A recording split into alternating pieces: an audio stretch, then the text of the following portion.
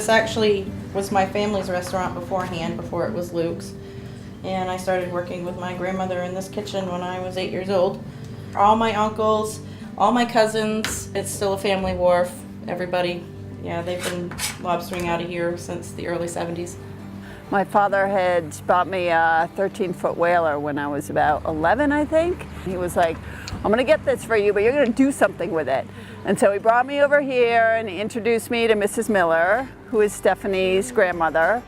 And I ran a little lobster delivery business right from the wharf. So I'd go out, the boats would cruise in and I would go out and take their orders, and they'd cook up the lobsters for me. Actually, it was Stephanie's grandmother and her aunt and her mother. And then they'd put them in the, you know, those paper bags with the wax. They'd put them in those, I'd roll them up, write the boat names on the bags, load up my whaler, and I'd go back out and deliver it. It was such a great job. Like most of the guys or gals that do it on the coast of Maine, started when I was a kid. Went with my dad when I was 5 or 6 years old and started on my own when I was 10.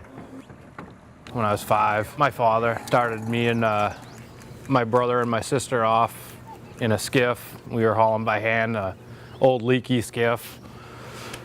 And actually, when I was 5, we were in his Boston whaler, but when I was 6, he gave us our own leaky skiff that we had to bail out every 5 seconds. And then when I was like 12, my brother and I split off, got our own separate little skiffs and hauled by hand until I was like 20. I went to college, and when I graduated, I decided I wanted to come back and keep fishing, and I plan on doing it as long as I can. So some kind of fishing, whether it's some kind of commercial fishing, lobstering, whatever else it may be. Galloping. But yes. Clamming. Clamming. Shrimping. Fishing. Shrimping. Yep. Mackerelling. Yeah. I just like catching them and either him or Grampy or Merritt telling us how much it's worth.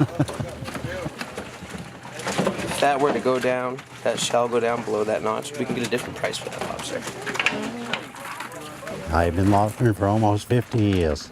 Yeah, there's been a lot of changes. Yeah, we went from no trap limit to a trap limit, and I think we've gone from bad times to good times. Now I think we're going back towards leaner times.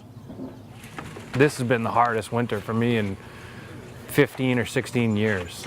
You can't track the lobsters like you used to. You used to see waves of them come in the springtime. Most of them would be too small to keep because they're waiting to shed. But you could follow them right into the shore. And I don't see that anymore. Now it's like they're shedding offshore before they even make it into the cove, then they're shedding in the channel, and then like the cove is the last place we get them in, as shedders now. They're shedding all winter long. Well, I think there's a lot of factors. I think there's a lot of predators out there, such as the groundfish are coming back, and I believe that global warming has something to do with it, and I think it's a pretty complex problem, really. People see profitability with lobsters, and I understand. I don't blame people for wanting to make money off of it, but we need our money too. I mean, we're the ones that are doing the hard work. How's that select crate looking over there, young man? Oh, we're about halfway. That's what I like to hear right there. We'll fill up the other half and just a minute. All the boats that fish out of this harbor come right into here, into the Tenants Harbor Co-op, and they sell the lobsters to Luke's, and Luke's uses them and processes them down in his plant and ships them to all his restaurants all over the world. Lobster is a big thing. Yeah, I love it. Well, my mother always said, just get really good food and don't mess it up. So, kind of goes with lobster, I think. Yeah, plain and simple. I find that's how you taste it the best. You know, when you add all the other stuff to it, it takes away. Same with fish or any other seafood. I like to let the seafood shine. I like to steam it, you know, just a little bit of water in the pot, and so it steams that way. It seems to cook it a little more thoroughly. Steamed. Steamed. All of us, all 4 of us, our favorite way is steamed. When we bring it home and eat it steamed, we just make sure that we bring home about a gallon of seawater to cook it in and make it taste that much better. Anything else would take too long for if we were going to prepare it any other way, so we can't wait that long. My grandmother had all the recipes, and she had probably the best lobster stew I've ever tasted.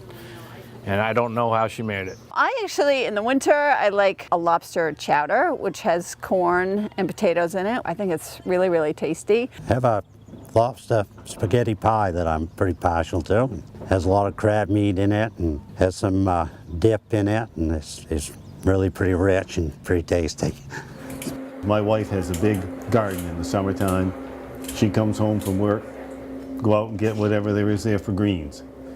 Spinach, small spinach, bib lettuce, green peppers if they're ripe, cherry tomatoes or sweet 100s, whatever you want to call them. Anything like whatever's fresh.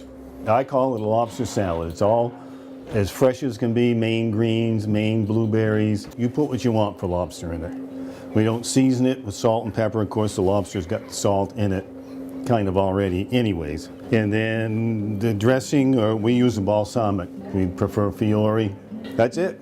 Pretty simple. 5 minutes to do, and it's all fresh. I really like lobstering. I want to keep doing it for as long as I can, but I do have some other dream jobs. I really want to be a chef, and I really want to be like a marine biologist. On a beautiful day, there's nothing better. And if you're actually catching something, which this time of year, you're grateful for whatever you catch. It's a hard way to make a living, and I've never seen a lobster fisherman get rich. We just seem to get by and satisfied with what we make, and you know, it's a good living.